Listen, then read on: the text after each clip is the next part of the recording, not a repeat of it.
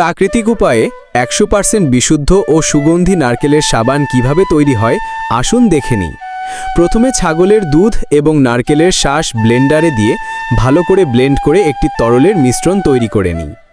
এরপর এর সাথে সিল্কের গুটি, জল ও গুঁড়ো পাউডার মিশিয়ে আরও একবার ব্লেন্ড করে একটি ঘন মিশ্রণ তৈরি করি। তারপর একটি পাত্রে নারকেল তেল, পাম তেল, জলপাই তেল এবং শিয়াল তেল একসাথে নিয়ে গরম করি। গরম করা তেলের সাথে আগে থেকে তৈরি করা দুধ, নারকেল ও অন্যান্য উপাদানের মিশ্রণটি ঢেলে দিলাম। ব্লেন্ডার ব্যবহার করে মিশ্রণটিকে ভালোভাবে মেশাবো যতক্ষণ না এটি ঘন ও ক্রিমি হয়ে উঠবে। এই সময় এর মধ্যে সাবানের মূল উপাদানগুলি একত্রিত হয়ে সাবানের ভিত্তি তৈরি করে। ঘন মিশ্রণটি একটি ছাঁচে ঢেলে সেট হওয়ার জন্য রেখে দিব।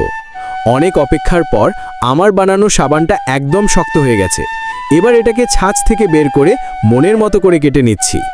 দেখুন, আমার হাতে তৈরি বিশুদ্ধ সাবান এখন ব্যবহারের জন্য একদম তৈরি।